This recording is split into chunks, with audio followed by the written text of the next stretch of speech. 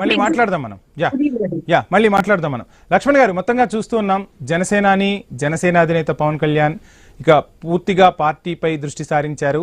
ఈ దృష్టి సారించే క్రమంలోనే కొన్ని కీలక వ్యాఖ్యలు చేశారు. 15 ఏళ్లు కూటమితోనే కలిసి కొనసాగుతామని చెప్తూ ఉన్నారు. అదేవిధంగా కూటమిలో ఏవైతే మాట్లాడుకున్నామో ఆ పదవులే కట్టుబడి ఉంటాం, ఆ పదవుల్నే తీసుకుంటామని కూడా చెప్తూ ఉన్న పరిస్థితి.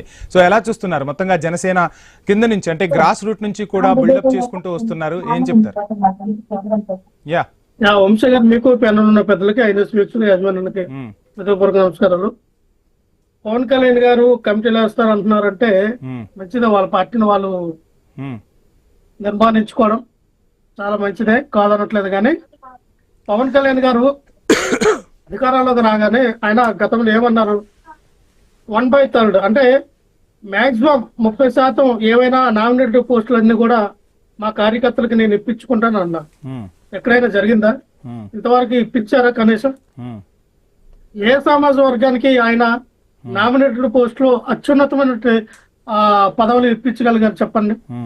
ఇప్పుడు కూటమిలో ఏవో వాళ్ళకున్నటువంటి చిన్న చిన్న పొరపాటు, చిన్న చిన్న లసుగుల వల్ల వాళ్ళకున్నటువంటి అంతర్గత యుద్ధం జరుగుతూ ఉంది. ఎందుకంటే రేపు 2026 ఉగాది నాటికి మరి నారా లోకేష్ గారికి పట్టాభిషేకం చేసే దిశలో మరి టీడీపీ కూడా అడుగులు వేస్తూ ఉంది. దీనికి ఏ రకంగా సమాధానం చెప్పాలి? మీడియా కూడా లీక్లు అందట్లేదు. మొత్తానికి మీరు పెద్ద బాంబు చేశారు. మొత్తానికి ఉగాదికి లోకేష్ సీఎం ఎదుగుతారులేండి. డెఫినెట్ గా ఈ మాట గుర్తుపెట్టుకోండి వంశీ గారు. 2026 ఉగాదికి ఖచ్చితంగా నారా లోకేష్ గారు పట్టాభిషేకం జరుగుతూ ఉంది.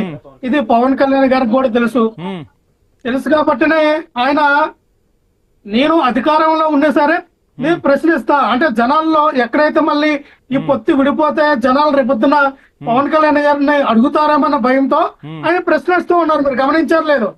కొన్ని విషయాల మీద బహిరంగ చర్చకి, బహిరంగ ప్రశ్నలు అనేది పవన్ కళ్యాణ్ గారు ముందుగా ఎందుకు వేస్తూ ఉన్నారంటే, ఒకవేళ ఓటమి నుంచి బయటకు వచ్చినాక నేను అధికారం ఉన్నప్పుడు కూడా టీడీపీని నేను ప్రశ్నించా, టీడీపీ గవర్నమెంట్ నేను ఎదిరించా అని ప్రజలకి ఏదో తనంతో తను ఏదో చెప్పుకోవాలన్న ఆలోచన విధానంలో వెళ్తూ ఉన్నాడు.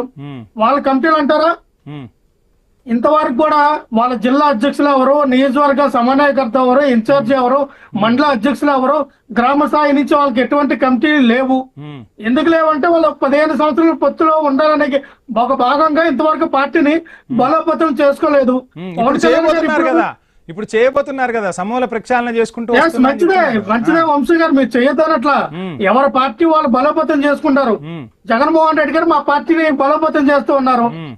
రాష్ట్ర వ్యాప్తంగా 35 నుంచి 40 లక్షల మందికి మా పార్టీ నుంచి పదవులు ఇచ్చి క్రియాశీలక సభ్యులుగా ఉండాలి. పార్టీ పదవులు 30 నుంచి 40 లక్షల మందికి అందాలి. ఏదో ఒక విభాగంలో ప్రతి క్రియాశీలకంగా ప్రతి కార్యకర్త ఉండాలనే ఆలోచన తీసుకెళ్తా ఉన్నారు. ఇప్పుడు వచ్చి ఏ పార్టీ కూడా అన్ని పదవులు ఎవరికి కూడా ఇవ్వలేదు.